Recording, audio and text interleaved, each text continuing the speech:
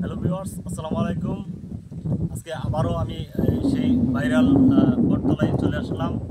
এই viral বটতলার location এবং এটা পরগাছা এখন বটগাছ হিসেবে রূপ নিয়েছে, সেই বিষয়ে আপনাদেরকে দেখাবো এটা কীভাবে পরগাছা থেকে বটগাছ হিসেবে রূপে রূপান্তরিত হয়েছে। তো আসুন আমরা দেখি এইভাবে এখানে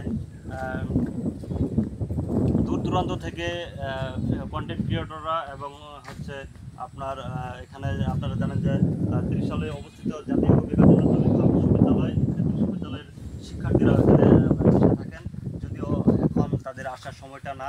বিশেষ করে শুক্র এবং শনিবার সপ্তাহে দুদিন তারা আসেন। তাছাড়াও সকালবেলা এবং বিকালবেলা দর্শনার্থীরা এসে থাকেন।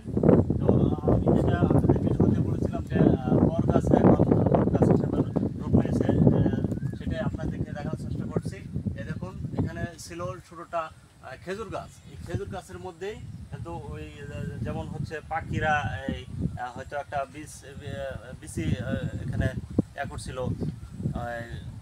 রেখে গেছিলো, তা সেটা থেকে হয়তো বা এখানে এত বড় বটগাছটি হয়েছে। এবং এই গাছ সম্পর্কে আমরা যদি আরেকটু বিশ্লেষণ করতে যাই, যদি আরেকটু ভালো করে আপনাদেরকে জানাতে চাই, তাহলে আমি এখানে আমাদের যে এখানে সাবেক চেয়ারম্যান হরিরামপুর ইউনিয়ন পরিষদের সাবেক চেয়ারম্যান মানিক ভাই, আমরা মানিক ভাইয়ের সাথে একটু কথা বলবো।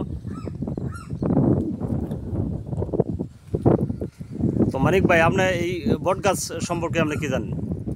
আসলে এই বটগাছটা এমনি হয়েছে যে আসলে কেউ রোপণ করে না, কিন্তু এই জায়গাটা আমাদের মূলত পাহাড়ি এলাকার একটা অংশ, কিন্তু লালমাটির অংশ। আমাদের এই এলাকাটাই পাহাড়ি অঞ্চলের লাস্ট পূর্ব দিক, আর ওদিকে আছে পশ্চিম দিকে অনেক এরকম সাটিল আছে।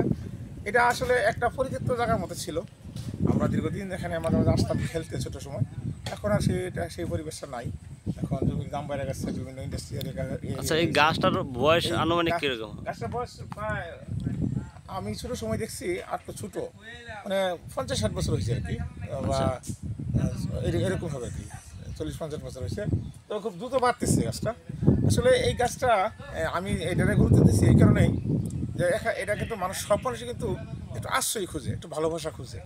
একটা মানুষ সবসময় কাজ করার পরে সে ক্লান্ত হয়ে যায়, সে একটু কোথাও একটু জিরিয়ে নিতে, কোথাও একটু বসতে, কোথাও পরিবেশ খুঁজতে এখানে এসে সেই কাজটা করে। আমরা যারা কোনো ব্যস্ত লোক, তারা কিন্তু সবসময় ব্যস্তই থাকি, কিন্তু যাদের হাতে সময় আছে ওরাও একটু এখানে আসা, অনেক সময় দেখা যায় যে প্রশাসনের লোকজন এখানে আসে। সবাই যখন যারা কাজে ব্যস্ত থাকে, তো ওইরকম সময় তারা পায় না, তো একটু জিরানোর জন্যে, একটু আশ্রয় খোঁজার জন্য এখানে আসা।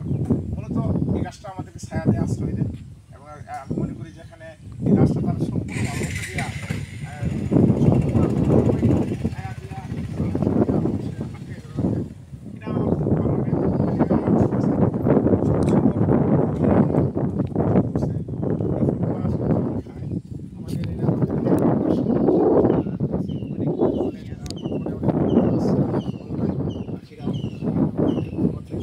এই গাছটা আসলে আমাদেরকে প্রাকৃতিক উপাদান তৈরি করে প্রাকৃতিক ভারসাম্য তৈরি করে।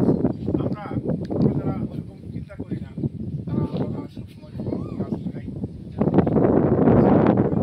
এই পদ্ধতিগুলো আমরা খুব রাখি, কারণ এতটা জায়গা আমাদের নাই। আমরা সবসময় যে নগদ ব্যবসা বা আয় এরকম শুরু করি। তো এটা একটা বন্য গাছ, একটা বটগাছ, একটা ঐতিহ্য, আমাদের সেই ঐতিহ্য আমাদের এখানে রয়েছে। আমরা এলাকাবাসীর পক্ষ থেকে আমি সবাইকে ধন্যবাদ জানাই। সবাই ভালো থাকবেন, সুস্থ থাকবেন। আসসালামু আলাইকুম।